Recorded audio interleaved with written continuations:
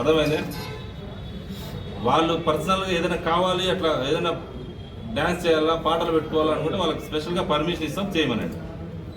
అంతేగాని ఊరికి రెచ్చగొట్టే విధంగా ఎవరు ప్రవర్తించదండి. ఇంతకుముందు జరిగినప్పుడు కేసులు కట్టి నెలలు పడి జైల్లో ఉన్నారు వాళ్ళు. దాంట్లో తప్పించుకున్న వాళ్ళు కొంతమంది ఉంటారు. ఎవరు తప్పు దాన్ని ప్రొవోక్ చేసి రెచ్చగొట్టేసి వెళ్ళిపోతారు వాళ్ళు. కానీ ఇరుక్కునేది మాత్రం కొంతమంది అమ్మాయికి ఇరుక్కుంటారు. ఆ ట్రాప్లో పడద్దండి. చాలా మంది ఏంటంటే ఏదో జరుగుతుందంటే చూసేకొస్తారు. అటువంటి పరిస్థితుల్లో మీ ఇంట్లో అందరికీ కూడా మీరు చెప్పండి. అదేదన్నా ఇష్యూ ఉంటే ఇద్దరి మధ్య ఉంటుంది, అది ఆ ఇద్దరిని ఇష్యూ ఉంటే మా నోటీస్ తీసుకురండి, ఏదంటే పోలీస్ స్టేషన్ పాండి అని చెప్పి పిలుచుకొని రండి.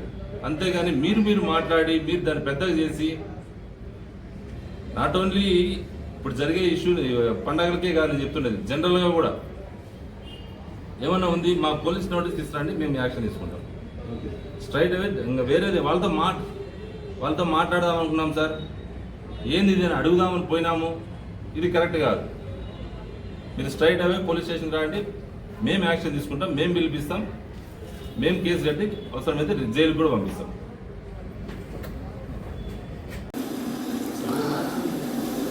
రేపు జరగబోయే శివాజీ శోభాయాత్ర మరియు నెక్స్ట్ మంత్లో మనకున్న రంజాన్ సందర్భంగా పీస్ కమిటీ ఆర్గనైజ్ జరిగింది పల్మేర్ టౌన్లో.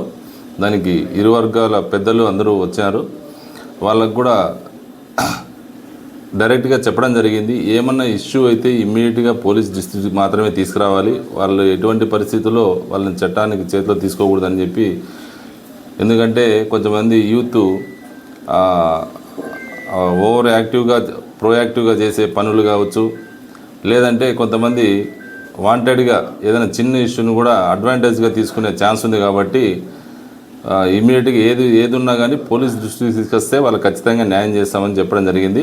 At the same time social మీడియాలో కూడా ఎనీ అంటువాడు ఇన్సిడెంట్స్, అది అంటే వీళ్ళకి సంబంధం లేకపోయినా కొంతమంది ఫార్వర్డ్ చేస్తుంటారు. అటువంటిది ఎటువంటి ఫార్వర్డ్ చేసినా వాళ్ళపైన లీగల్ యాక్షన్ ఉంటుందని చెప్పి తెలియజేయడం జరిగింది. అంతేనా. ఈ శోభాయాత్ర మరియు రంజాన్ సందర్భం పురస్కరించుకొని హిందూ ముస్లింకి అందరినీ పెద్ద మనుషులను పిలిపించి పీస్ కమిటీ ఆర్గనైజ్ చేయడం జరిగింది.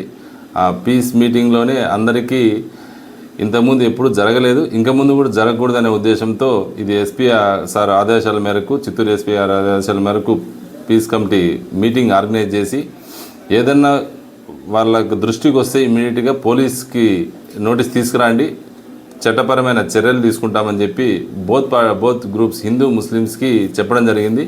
వాళ్ళు కూడా ఫుల్గా పోలీస్కి కోఆపరేట్ చేసి ఎటువంటి ఇన్సిడెంట్ జరగకుండా చేస్తామని చెప్పి హామీ ఇవ్వడం జరిగింది.